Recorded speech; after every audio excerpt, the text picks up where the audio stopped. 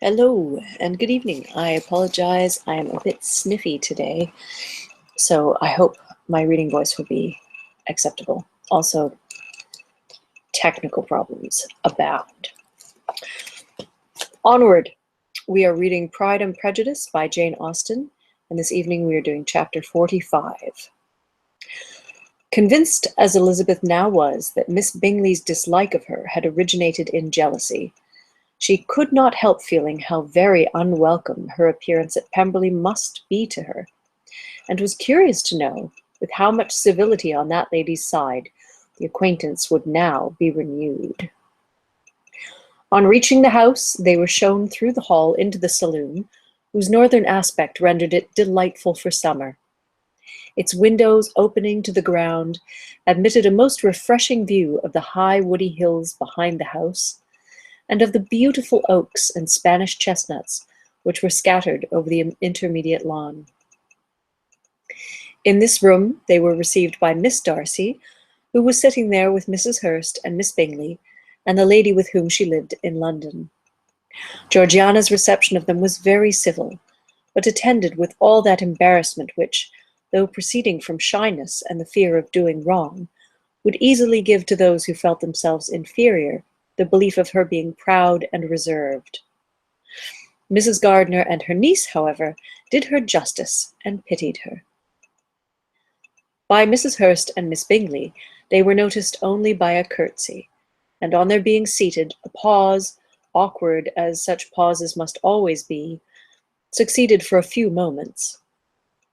It was first broken by Mrs. Annesley, a genteel, agreeable-looking woman, whose endeavour to introduce some kind of discourse proved her to be more truly well-bred than either of the others, and between her and Mrs. Gardiner, with occasional help from Elizabeth, the conversation was carried on.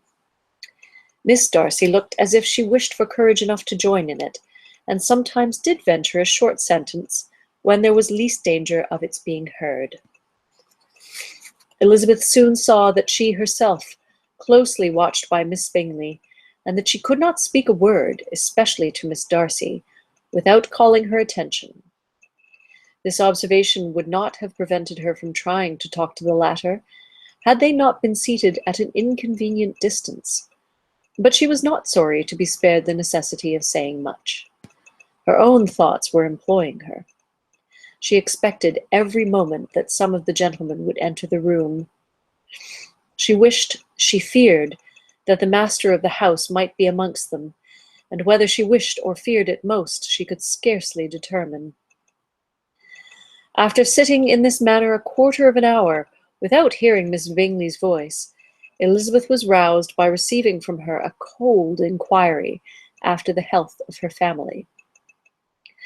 She answered with equal indifference and brevity, and the other said no more.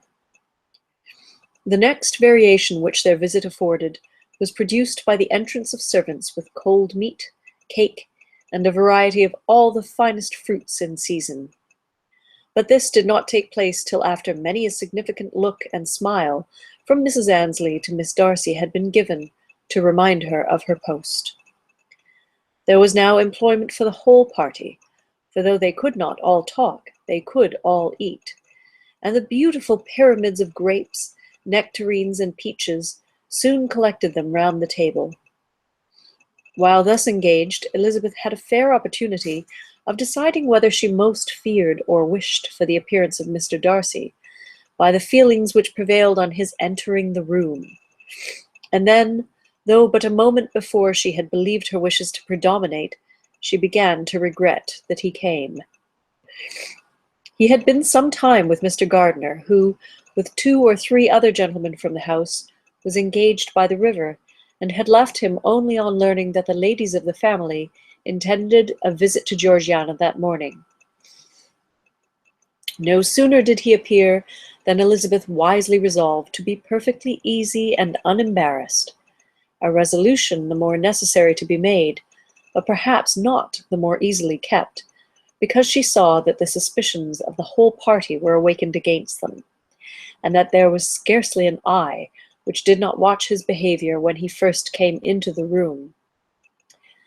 In no countenance was attentive curiosity so strongly marked as in Miss Bingley's, in spite of the smiles which overspread her face whenever she spoke to one of its objects, for jealousy had not yet made her desperate, and her attentions to Mr. Darcy were by no means over.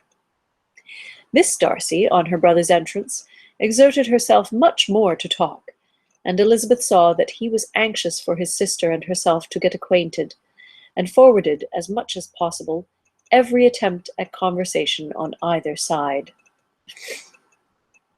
Miss Bingley saw all this likewise, and, in the imprudence of anger, took the first opportunity of saying, with sneering civility, "Pray, Miss Eliza, are not the shire militia removed from Meryton? They must be a great loss to your family."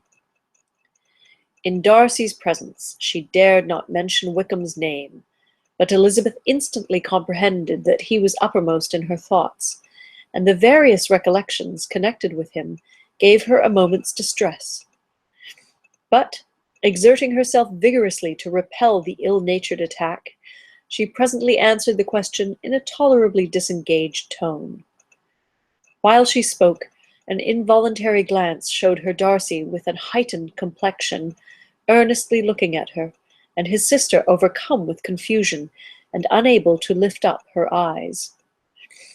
Had Miss Bingley known what pain she was then giving her beloved friend, she undoubtedly would have refrained from the hint, but she had merely intended to discompose Elizabeth by bringing forward the idea of a man to whom she believed her partial, to make her betray a sensibility which might injure her in Darcy's opinion, and, perhaps, to remind the latter of all the follies and absurdities by which some part of her family were connected with that corpse.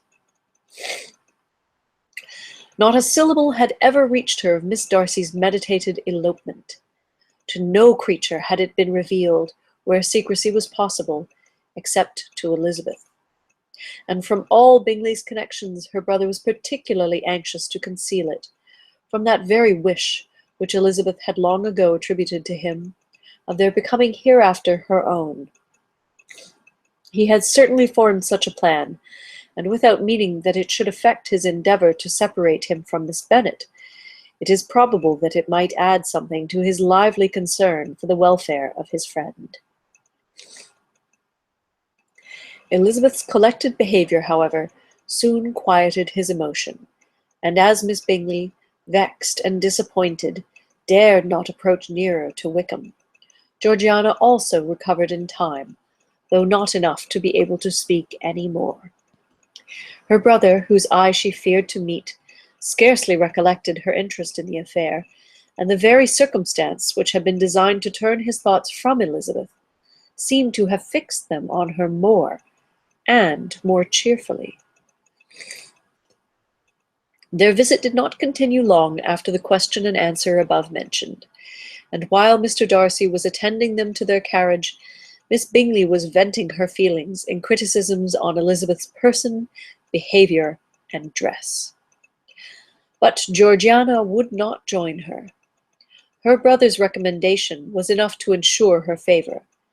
His judgment could not err, and he had spoken in such terms of Elizabeth as to leave Georgiana without the power of finding her otherwise than lovely and amiable. When Darcy returned to the saloon, Miss Bingley could not help repeating to him some part of what she had been saying to his sister. "How very ill Eliza Bennet looks this morning, Mr. Darcy," she cried. "I never in my life saw anyone so much altered as she is since the winter. She has grown so brown and coarse. Louisa and I were agreeing that we should not have known her again." However little Mr. Darcy might have liked such an address, he contented himself with coolly replying that he perceived no other alteration than her being rather tanned, no miraculous consequence of travelling in the summer. "For my own part," she rejoined, "I must confess that I never could see any beauty in her. Her face is too thin, her complexion has no brilliancy, and her features are not at all handsome. Her nose wants character, There is nothing marked in its lines. Her teeth are tolerable, but not out of the common way.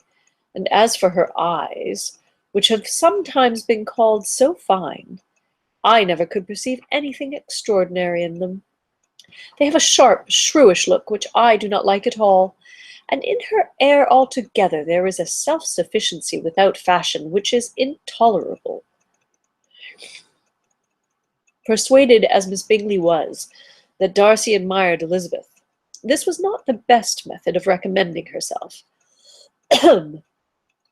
But angry people are not always wise, and in seeing him at last look somewhat nettled, she had all the success she expected.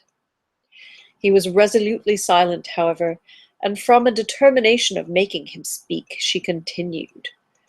I remember, when we first knew her in Hertfordshire, how amazed we all were to find that she was a reputed beauty, and I particularly recollect your saying one night, after they had been dining at Netherfield, "She a beauty?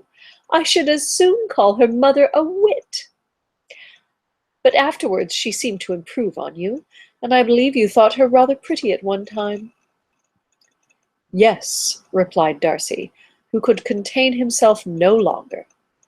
But that was only when I first knew her, for it is many months since I have considered her as one of the handsomest women of my acquaintance.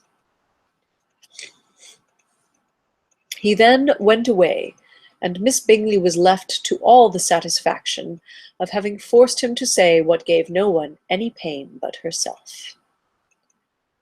Mrs. Gardiner and Elizabeth talked of all that had occurred during their visit as they returned, except what had particularly interested them both. The looks and behavior of everybody they had seen were discussed, except of the person who had mostly engaged their attention. They talked of his sister, his friends, his house, his fruit, of everything but himself. Yet Elizabeth was longing to know what Mrs. Gardiner thought of him, and Mrs. Gardiner would have been highly gratified by her niece's beginning the subject. Thus ends chapter 45. I hope to be in better voice tomorrow night for chapter 46. My apologies for the sniffles.